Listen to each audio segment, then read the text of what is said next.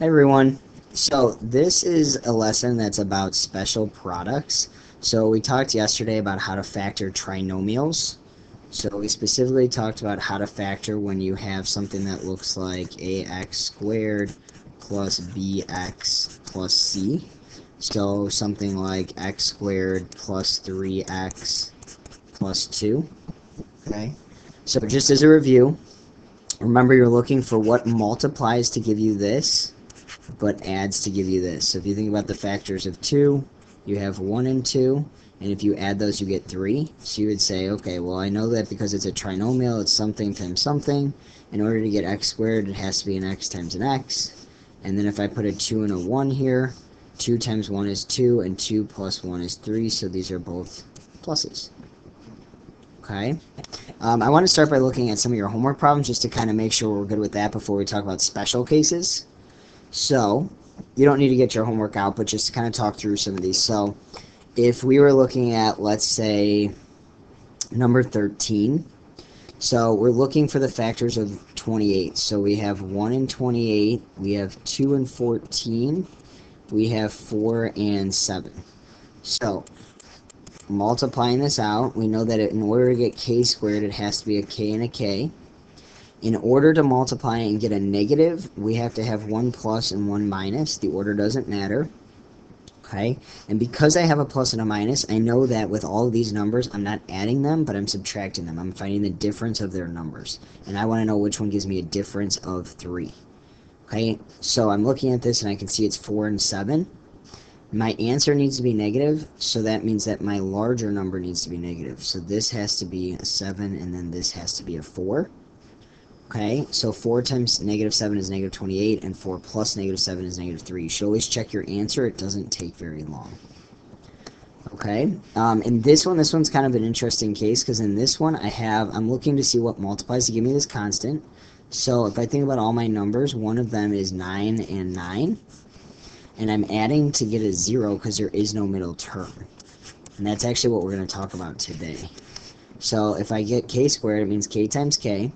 And if I'm multiplying to get a negative, it means one has to be a plus and one has to be a minus. And then notice that 9 and 9 work because negative 9 times positive 9 is your negative 81. And if I add 9 and negative 9, I get 0. Okay? Let me try one more with you. We'll do number 16. So notice that your leading term is negative. Whenever you have a negative, you have to factor it out. So that would become positive r squared, positive 6r, and negative 27. Okay, we want to make sure we factor out that negative so we're not multiplying to get a positive 27, but we're actually multiplying to get a negative 27. Alright, I know that I have two sets of parentheses since I'm factoring a trinomial. I know this has to be r and this has to be r. Think about my factors of 27. I have 1 and 27. I have 3 and 9.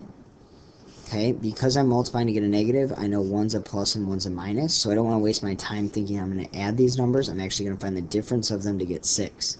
So 1 and 27 does not work, but 3 and 9 does.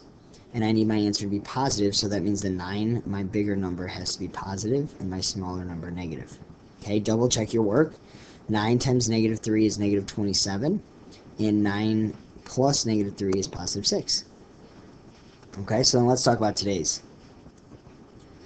Alright, so this warm-up has 9 problems. This is meant for you guys to do all of this and then check your answers. So please don't watch me do them. Okay, I'm actually just going to give you the answer to them. I'm not going to explain too much. So go ahead and pause this, work through all 9 of them, and then check your answers.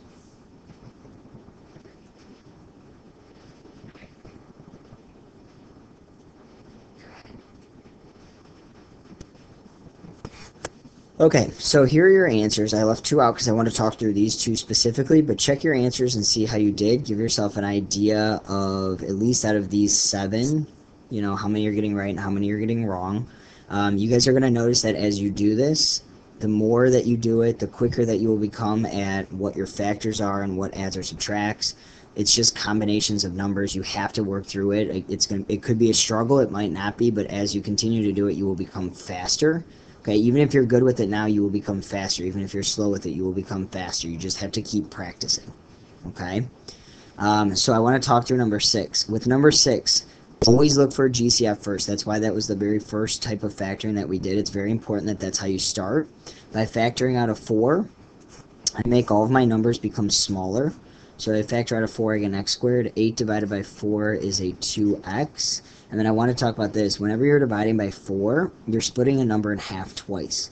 So if I take 140 and I cut it in half, I get 70. And then if I cut that in half, I get 35. So that is why this is 35, because we should be doing this all without a calculator. Okay, so now I want to factor that inside part. So I have to remember my 4. Okay, I'm factoring a trinomial, so I have 2 sets of parentheses. That's how I would always start. Here's my x, here's my x. If I'm multiplying to get a negative, I have to have a plus and a minus. So I'm going to be taking the difference of my numbers to get a 2. Okay, so my answers are 7 and 5. 7 needs to be positive since my answer is positive, and then 5 is my negative. Okay, double check your work. 7 times negative 5 is negative 35. 7 plus negative 5 is 2. Okay, so let's try this one. With this one, same thing. I can see that they're all divisible by 5, so I want to factor out of 5 first. Make my number smaller, makes it easier. So I have x squared minus x, and then I want to talk about how to do this. So at 210, it's a big number to have to divide by 5. Okay, you can do long division off to the side, or 5 goes into 120 times, so that means it goes into 120 times, into another 120 times, and then 5 goes into 10 2 times. So that's why this is 42. 20, 20, and 2 makes 42. Okay, so then when I factor, I get x, My factors of 42, notice that this is a plus and this is a minus. So I'm looking for factors of 42 where the difference is 1, and that would be a 7 and a 6. My 7 has to be negative, so that when I add them, I get a negative 1. Okay? So one more time, here's all of your answers. You can pause it if you need to. So check and see how you did out of 9. You should be able to get at least 6 of them correct to really show that you have a good understanding of what's going on. Okay? So then let's move on to some special products. First, in order to do this, though, we're going to multiply these. So we're going to simplify. So if I multiply, notice I have x plus 3 times x minus 3. So if I multiply, I get x squared. If I add positive 3, negative 3, I get nothing. 3 times negative 3 gives me negative 9. Okay. Over here, x times x is x squared. Adding negative 5 and 5 is nothing. Negative 5 times negative 5 is negative 25. Over here, because these are 2's, I'm actually going to multiply all this out. 2x times 2x is 4x squared. So that was that. 2x times negative 1 is negative 2x. 1 times 2x is positive 2x. And 1 times negative 1 is negative 1. Notice my middle terms cancel, and what I'm left with is 4x squared minus 1. So the point of this was to show you guys that in all 3 of these problems, the middle term canceled in every single one. There is no middle term, there is no middle term, there is no middle term. I actually multiplied it all out so I saw it cancel. So the question is why? Why did my middle term cancel in every single one of these? The reason is because this binomial and this binomial are the same, except that's a plus and that's a minus. This binomial is the same, except that's a minus and that's a plus. These binomials are the same, except that's a plus and that's a minus. So whenever you have the same binomial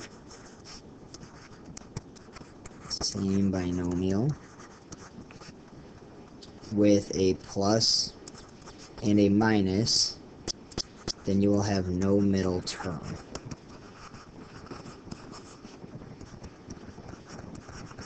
Okay? We call this sum and difference problems. And the reason we call them sum and difference is because sum means plus and difference means minus. Okay, so as long as they're the same thing with 1 plus 1 minus, then we will never have a middle term. So then that leads into how we would factor these. So it says use the pattern from above to factor completely. So when factoring these completely, we notice that there is no middle term. So then if there is no middle term, then we know that this must be a sum and a difference problem. We know that this one has to be a plus and this one has to be a minus, or vice versa, it doesn't matter. In order to get x squared, I would have x times x. Okay? And then in order to get 9, I would have to have a 3 and a 3. Okay. Also, notice that 9 is a perfect square. Square root of 9 gives me my 3's in my problems. The square root of 25 gives me 5 in my problems. And the square root of 1 gives me 1 for my problems. Okay, so I'm looking for sum and difference problems where I have no middle term and perfect squares. Okay, so if I factor this next one, notice I have no middle term. I have a first, I have a last, I have no middle. So I'm going to set up my sets of parentheses because I know I'm doing this. Okay, now notice over here we took the square root of x squared, which is my x, and we took the square root of 9, which was my 3 and my 3. So we're going to do that here too. The square root of 4x squared is a 2x and a 2x, which multiplied by each other is 4x squared. This needs to be a plus and a minus, or vice versa, so that way I have no middle term.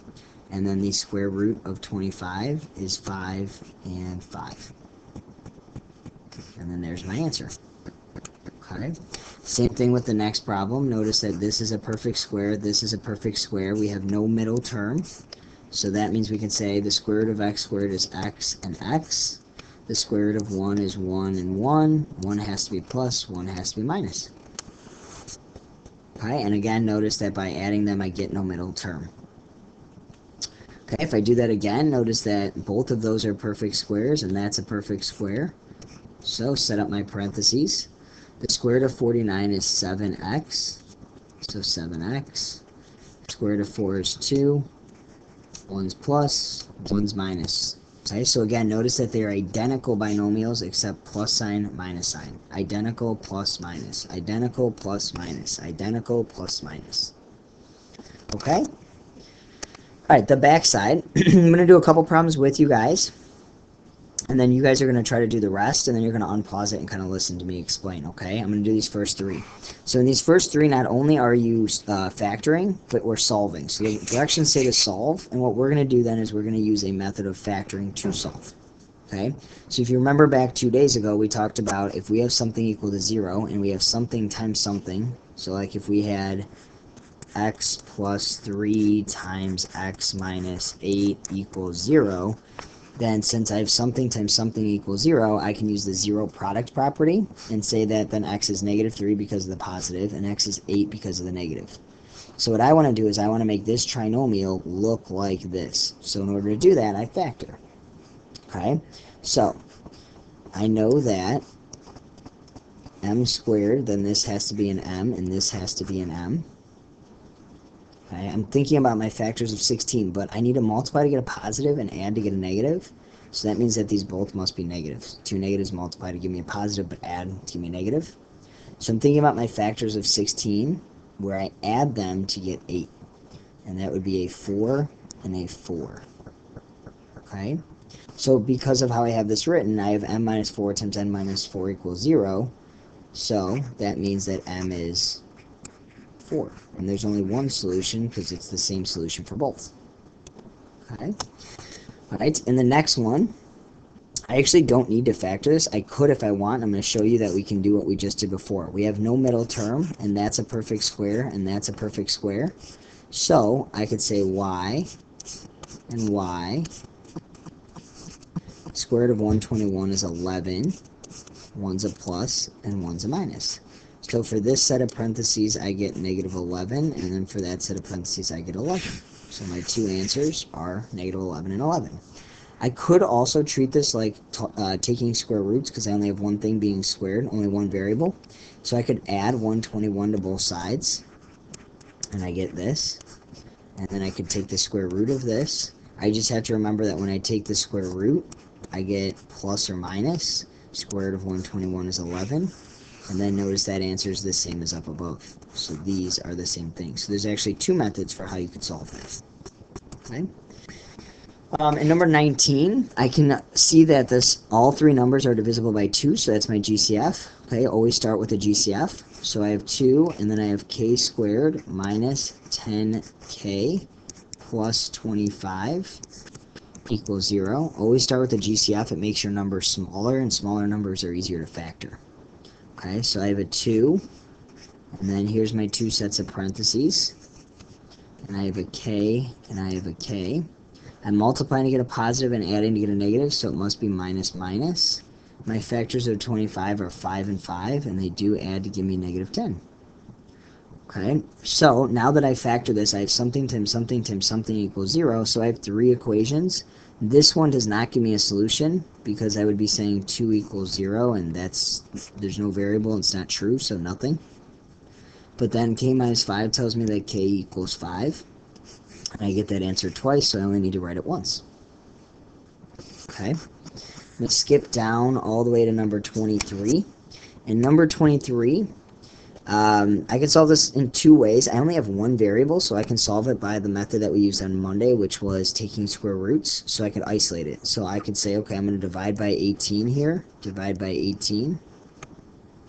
And if I divide by 18, I get n squared equals, if I simplify this, I get 25 over 9. Take square root, take square root. Remember, every time you take the square root, you get plus or minus. And I could take the square root of top and bottom individually. So the square root of 25 is 5. The square root of 9 is 3. So those are my 2 solutions. Okay. My other method is to actually try to factor. I would do this method, but I just want to show you. You could move the 50 over, and you could say 18n squared minus 50 equals 0. There's a GCF of 18 and 50 I can take out of 2. And I could say 2 times 9n minus 25 equals 0. Oops, 9n squared. Okay. And then I can see that I have a first term, a last term, and no middle term, and that's a perfect square, and so is this. So the square root of 9 is 3n, and 3n.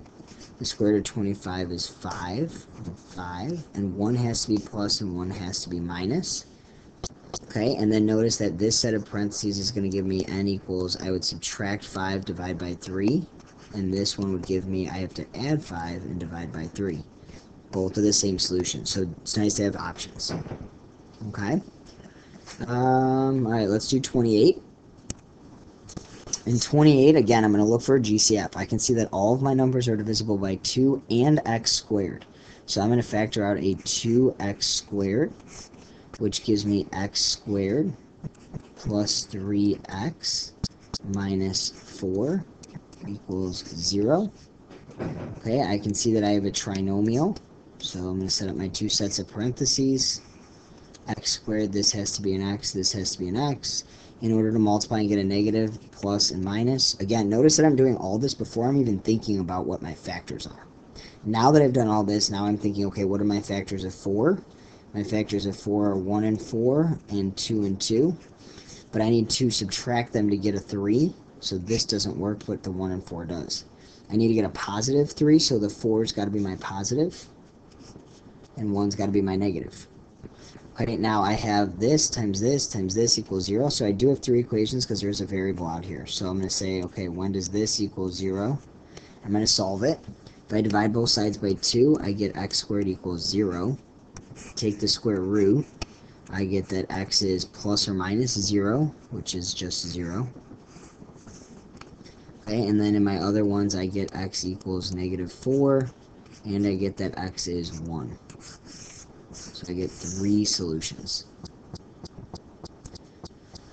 Okay, so now I want you to go back and I want you to do all these other problems and then unpause it, check your answer, and I'll try to give a brief explanation. Okay?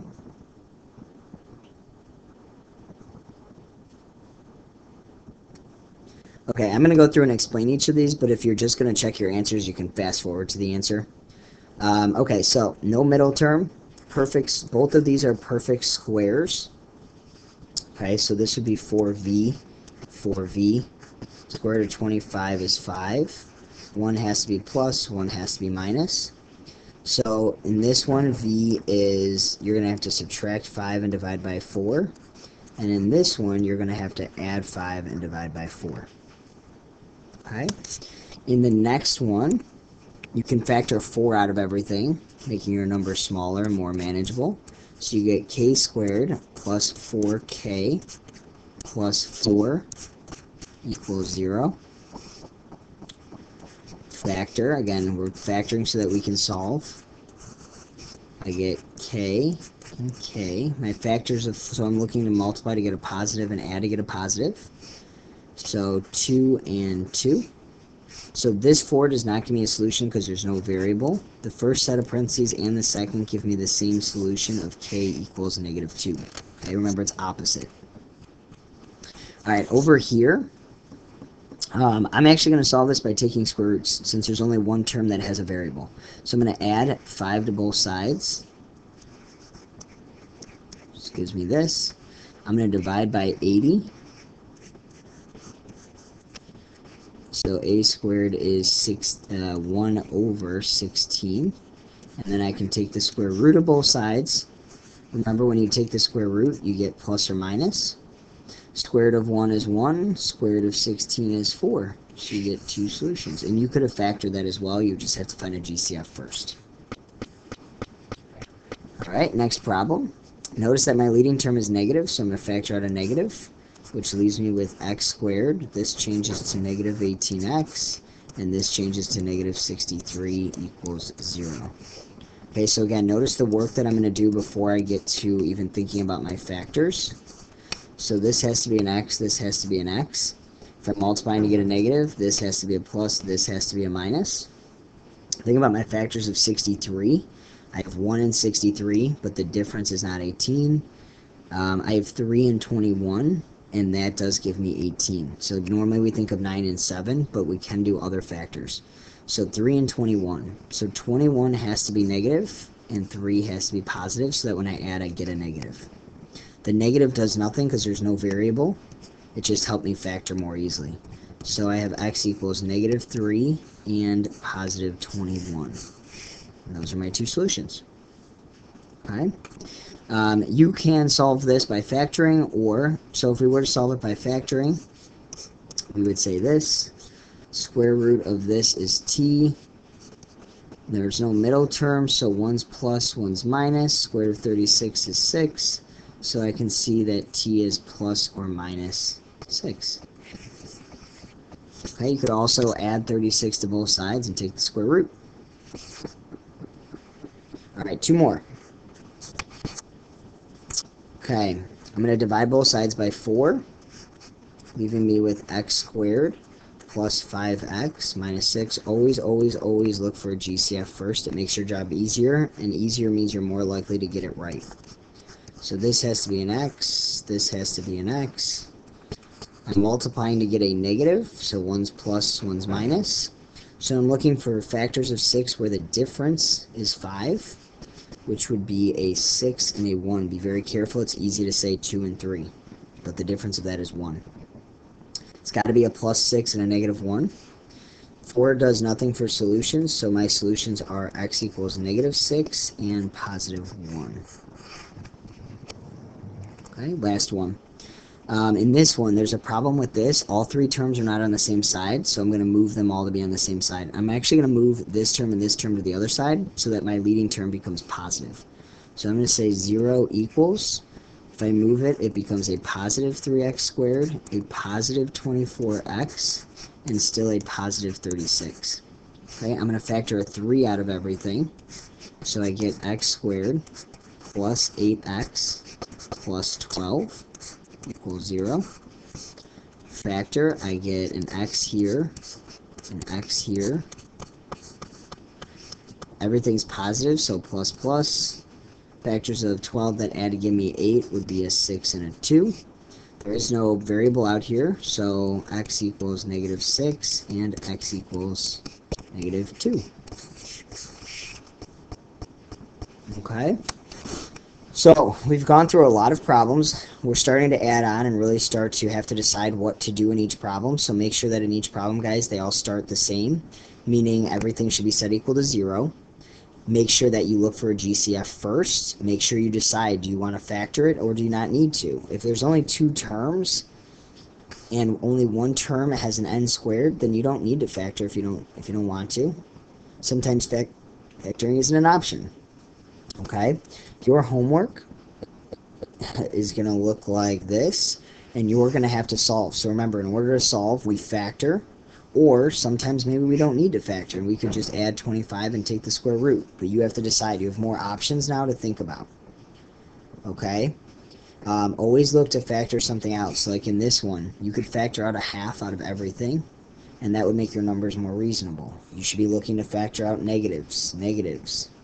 Okay? On the back, you have even more practice. So there's lots of practice. You guys need to make sure that you do all of these problems and check your answers. If some of these answers don't make sense, look on Google Drive. Okay? Practice. Make sure you practice. And if you have questions, come in Monday morning, because Monday morning we're going to add on to this. Okay? Good luck.